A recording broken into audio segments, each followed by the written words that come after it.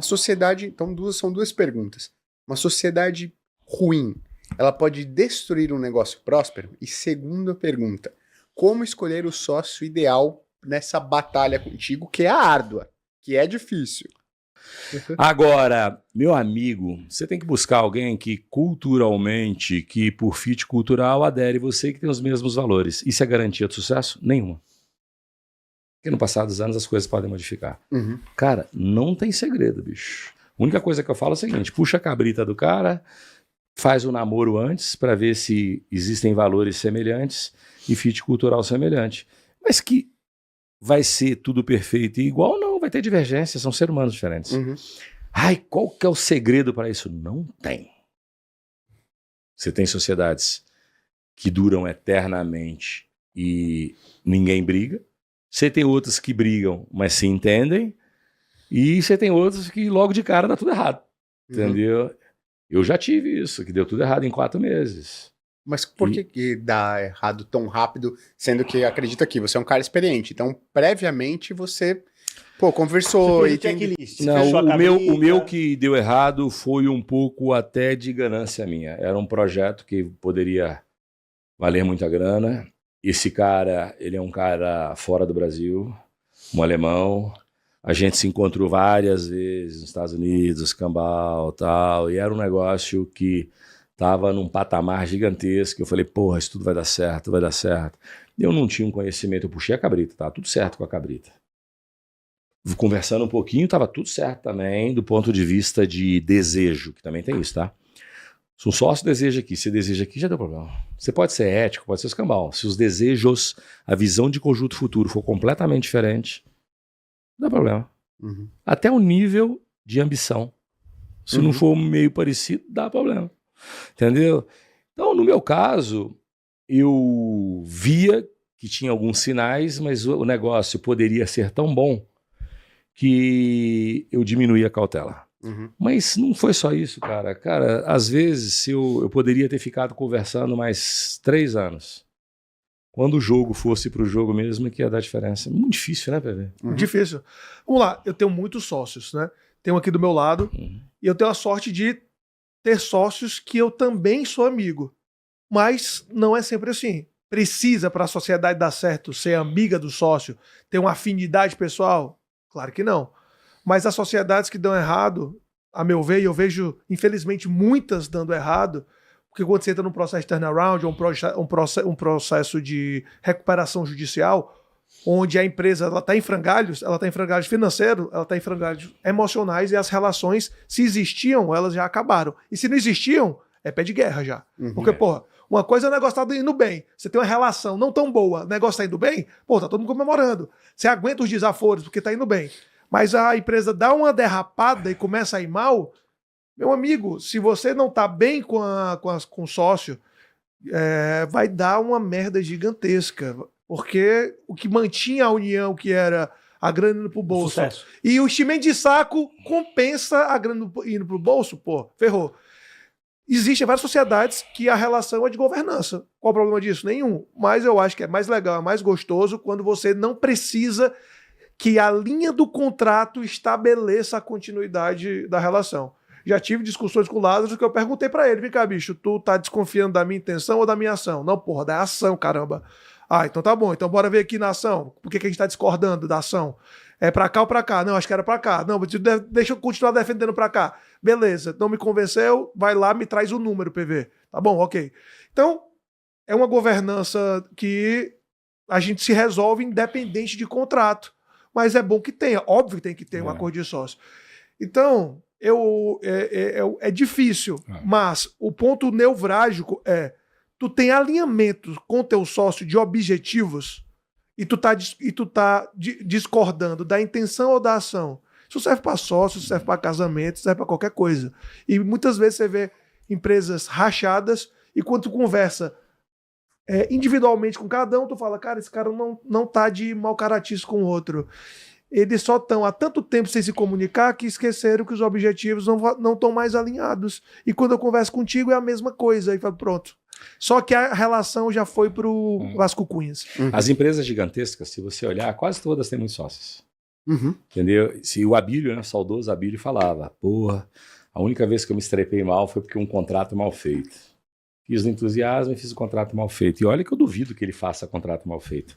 Deve ter sido menos bem feito, mas mal feito não ia fazer, né? Porque um cara daquele nível não faz nada mal feito, principalmente o contrato. Deve ter sido menos bem feito. E aí a hora, é o que o PV falou também. O contrato, na minha opinião, só serve na hora do racha grande.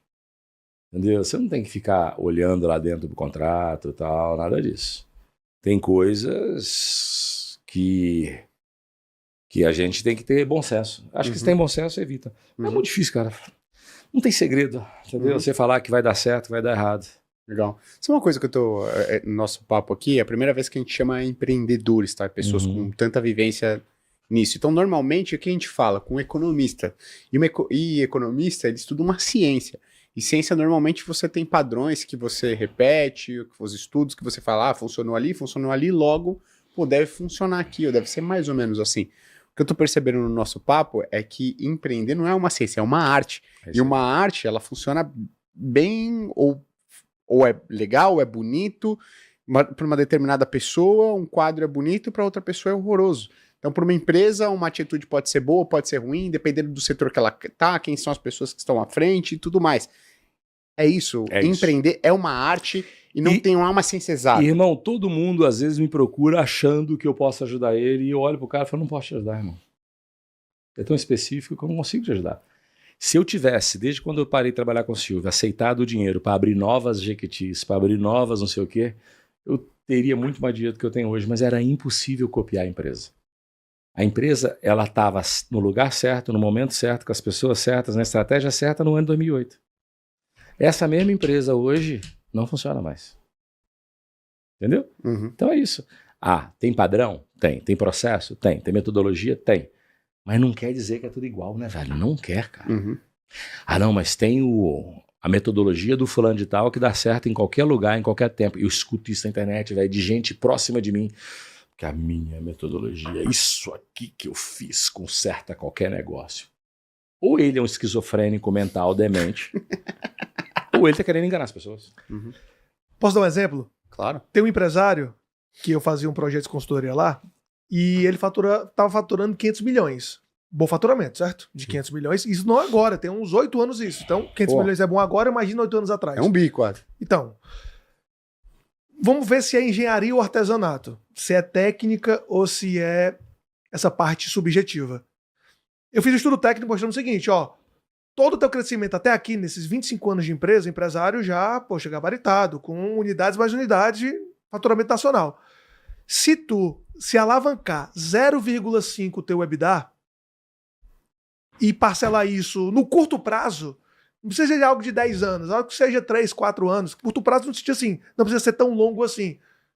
Tu vai aumentar em 30% o teu crescimento anual. E fiz tudo uma análise, modelagem financeira, estruturação e tal. Apresentei, lindo.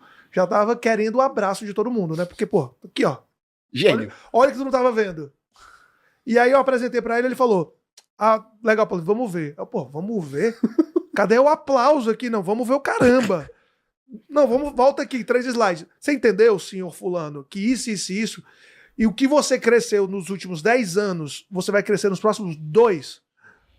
Obrigado. Na terceira vez que eu fui tentar repetir, ele, não, Paulo Vitor, eu já entendi.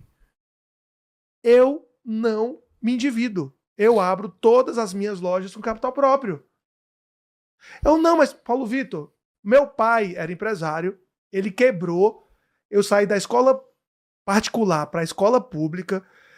Essa época, minha mãe saiu de casa, meus pais depois se juntaram, então assim, foi a pior experiência da minha vida. Eu não mexo com banco. Nesse dia, eu aprendi a seguinte coisa. Existe a técnica, que é a engenharia, e existe o ser humano do outro lado, que é o artesanato da coisa, que é o que torna tudo subjetivo. E se eu forço o cara a fazer, ele se sente pressionado, ele tem um board, vamos supor que ele era dono da empresa, ele tinha outros 2 sócios, mas ele era o majoritário, inclusive. Se o board fala, eu quero isso daí, segue, CEO, fundador, eu tenho certeza que qualquer coisa que acontecesse, esse cara ia ficar com medo. Poxa, eu não consegui pagar uma conta, foi porque eu peguei empréstimo. Poxa, eu O cara pediu pra sair, o diretor. Foi porque eu peguei o financiamento. Minha esposa me traiu. Foi o financiamento. O cara ia ver fantasma em toda esquina. Ele ia sair do estilo dele de gestão e talvez a melhor decisão técnica ia botar ele numa posição que ele não ia saber mais ter condições emocionais, sei lá o que, comportamentais de gerir o negócio e ia quebrar. E aí, é técnica ou é subjetivo? É engenharia ou artesanato? E aí, se o consultor, se o sócio, se o board, se o fundo de investimento não respeita isso ou não resolve isso, vai dar o quê? Merda. Cara, sabe um ponto legal que você tocou? Agora você falou de condições emocionais. E, pô, olha que a gente, eu e minha esposa, na verdade, eu e um sócio, a gente abriu um negócio lá em 2018. Depois, em 2019, a gente abriu a segunda unidade e tudo mais. E quando eu tava trocando de trabalho, tava uma loucura insana, mudando de cidade, pô, foi tudo ao mesmo tempo, assim, né?